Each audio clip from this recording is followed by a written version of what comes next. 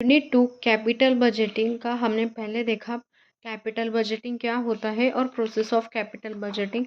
अभी हम देखेंगे time value of money. Okay, तो टाइम वैल्यू ऑफ मनी क्या होता है, ठीक है। The time value of money, which is TVM, is a financial concept that states the money available today is worth more than the same amount of money to the future due to its potential earning ability.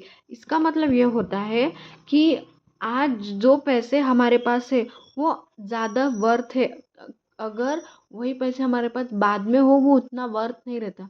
एक example से समझो, अगर अभी मेरे पास है 1000 रुपये, ठीक है आज, और वही 1000 रुपये मेरे पास 1 साल बाद है, लेकिन जो आज के 1000 रुपये में मैं जितना सामान ले सकती हूँ उतना ही 1 साल बाद मैं उससे कम लूँगी, क्योंकि बरोबर है सामने जाके और महंगाई बढ़ेंगी ना।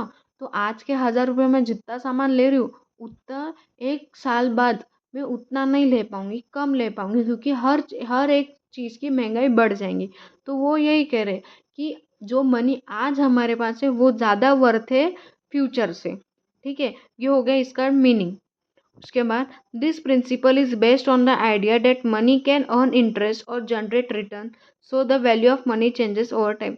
मतलब ये इस प्रिंसिपल से बेस्ड आइडिया लिया है कि हम इंटरेस्ट अर्न करते हैं और रिटर्न जनरेट करते हैं, तो मनी की वैल्यू कभी भी चेंज हो सकती है, ओवर टाइम कभी भी चेंजेस हो सकती है, ठीक है। सो TVM, which is time value of money, is crucial in capital budgeting, investing, and financial decision making because it helps to compare the value of cash flow at different point in the value.